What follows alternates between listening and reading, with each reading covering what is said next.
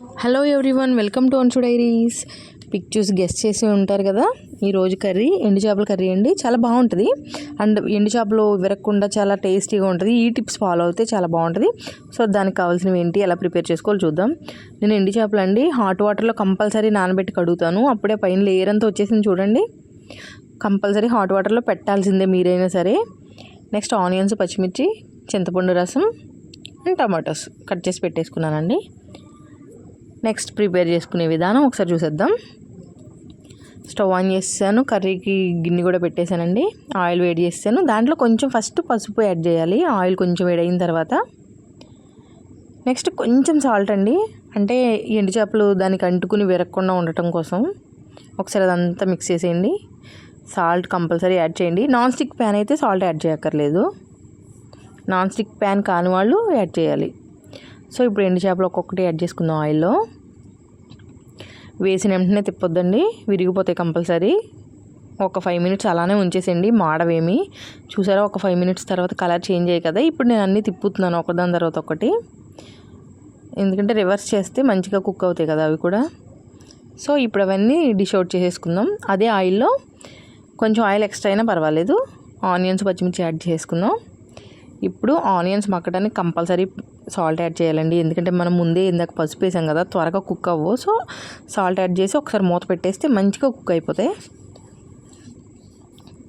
So చూసారా, colour change అవుతూ ఉంది కదా. ఒకసారి మిక్స్ చేసుకుందాం. ఏ కర్రీకైనా ఆనియన్స్ అనేవి మంచిగా కుక్ అవ్వాలండి, లేకపోతే గట్టి గట్టిగా తగులుతూ ఉంటాయి తినేటప్పుడు. అండ్ నెక్స్ట్ టమాటోస్ కూడా యాడ్ చేసేసుకోవాలి. సాల్ట్ వేసాం కాబట్టి టమాటోస్ కూడా మంచిగా కుక్ అయిపోతాయి. ఒకసారి మూత పెట్టేద్దాం. ఒక 3-4 మినిట్స్ అయితే మంచిగా కుక్ అయిపోతాయి టమాటోస్. సో చూసారా, ఒక 4 మినిట్స్ తర్వాత టమాటోస్ మొత్తం మంచిగా కుక్ అయిపోయాయి. ఒకసారి మిక్స్ చేసుకుందాం. నెక్స్ట్ ఇప్పుడు టేస్ట్కి సరిపడా కారం యాడ్ చేసుకోవాలండి, ఎందుకంటే మనం ఇందాక సాల్ట్ యాడ్ చేసాం కదా. సో ఇప్పుడు కారం మన టేస్ట్కి నీచు స్మెల్ రాకుండా ఉండాలి కాబట్టి కొంచెం కారం ఎక్కువ వేసుకోండి, నో ప్రాబ్లం. ఎండు చేపల కర్రీ తినేటప్పుడు ఎలా ఉండాలంటే కొంచెం మనం మూతంతా మండుతూ ఉండాలండి, అప్పుడే దాని ఫ్లేవర్స్ మనం ఎంజాయ్ చేస్తూ ఉంటాం. అండ్ వాటర్ యాడ్ చేసుకున్నామండి ఇప్పుడు. సో చూసారా, ఒకసారి అదంతా మిక్స్ చేసేసి ఇప్పుడు కూడా సాల్ట్ ఒకసారి చెక్ చేసుకోండి, ఎందుకంటే సరిపోయిందా లేదా అని. ఇప్పుడు ఒకసారి మూత పెట్టేస్తే కొంచెం బాయిల్ అవుతూ ఉంటుంది కదా, ఒక పొంగు రావాలి.